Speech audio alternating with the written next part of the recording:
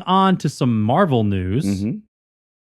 I feel like it's kind of old news at this point. It's been talked about. RDJ is coming back as Doctor Doom. Correct. Are Little you weird. excited? I am, just because I like RDJ as an actor. I think he did a phenomenal job as Iron Man. Being Doctor Doom variant from another timeline is pretty cool.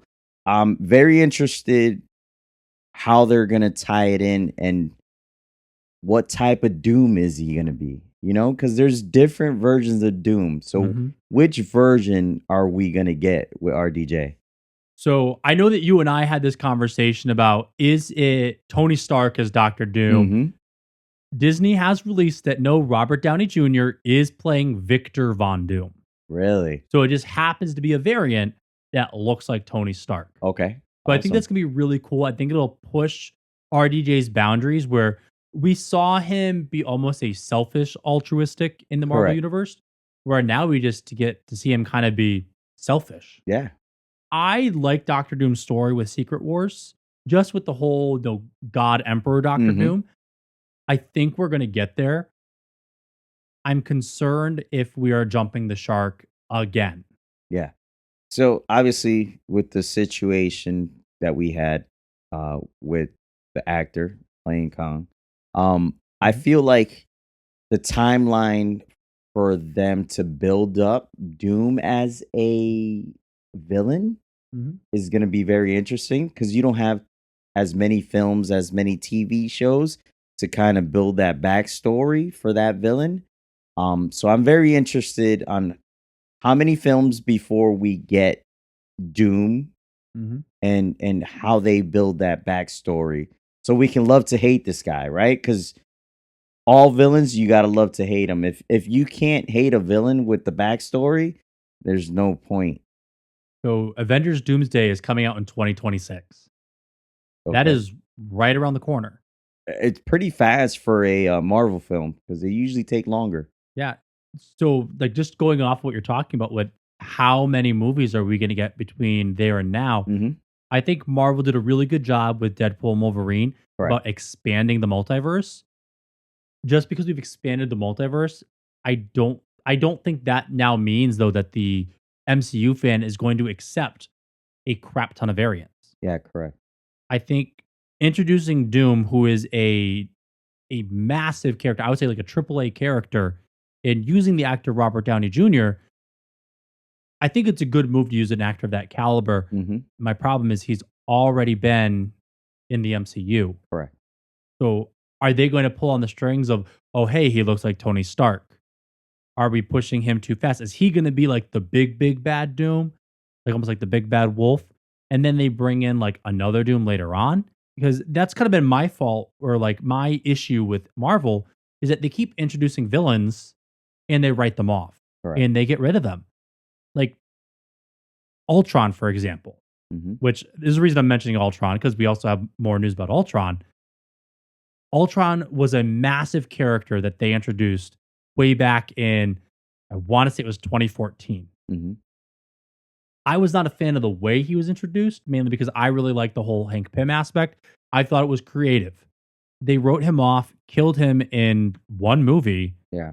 and other than one Marvel one off, they haven't even discussed him. There's been no flashbacks, there's been no like PTSD with Vision with Ultron, nothing.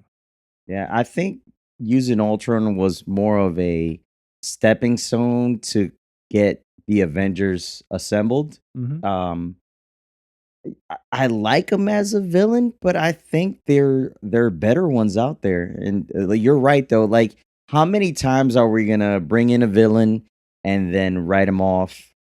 Um, I don't know. It again. It all depends on how they do it. If they can hit a home run, or they can fall flat on their face with this one. Mhm. So the reason I brought up Ultron is because in the, I don't know what they're calling it White Vision or Vision Quest or Mhm. whatever their working title is now.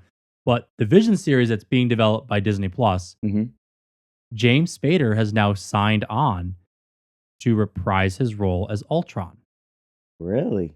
So all those issues that I said I had with them writing off Ultron, this could be a really cool way for them to bring him back. And the same way I was just talking about like the PTSD with Yeah. Vision, are they going to introduce that? Are they going to be like, oh, Ultron's just in the back of Vision's mind?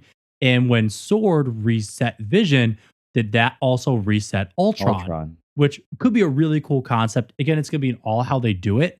I don't think that Disney Plus has done a lot of the series justice.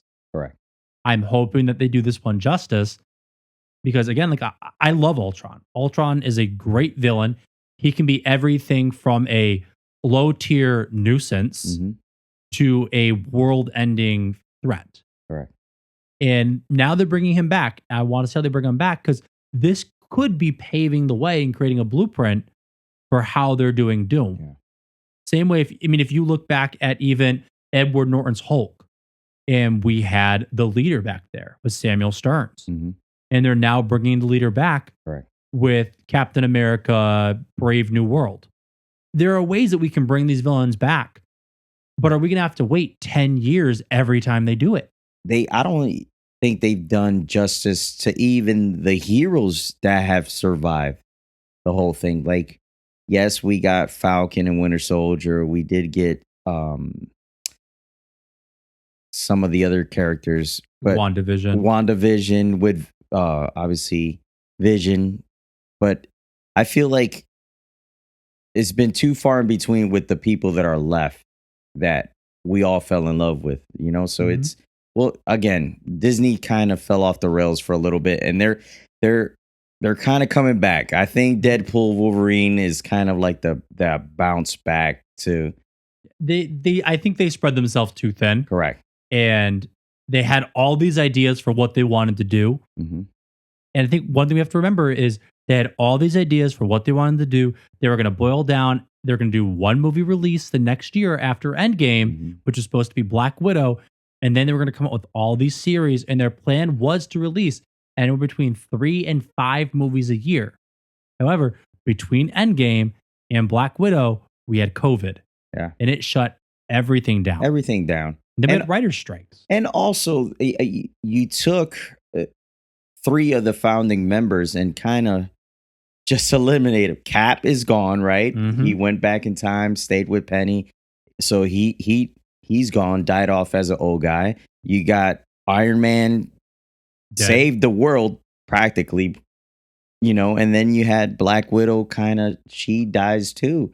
Yeah. So it's 3 of the founding members of the Avengers are completely gone with no way to bring them back. And that's the hard part is that now where do we go from here? Mm-hmm. Like, we had Ant-Man, Thor's series kind of concluded, Correct. Guardians of the Galaxy's concluded, Doctor Strange still has places to go, Yeah.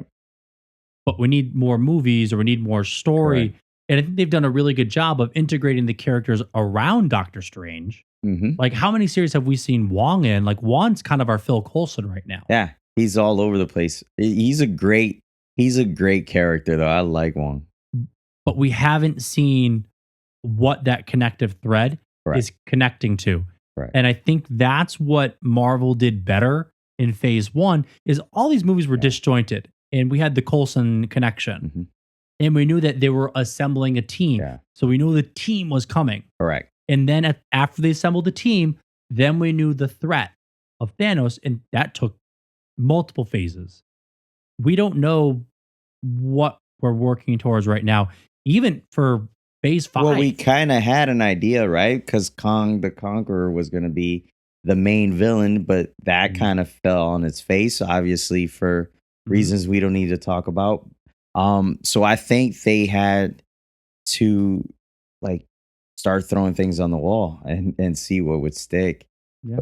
And Quick pivot. yeah, It's funny. It makes me wonder that, 5-10 years from now, when we look back at all these movies, are we going to notice the tonal shift if we watch them? Like, when we watch the MCU in either release order or timeline order, are we going to see the tonal shifts in that movie? Or will it just be like, wow, they actually did a really good job with this? We never would have known that there was an issue. correct. It'll be interesting. It will. But what do you say we talk about one of the funnest things that we did this past weekend? Yes.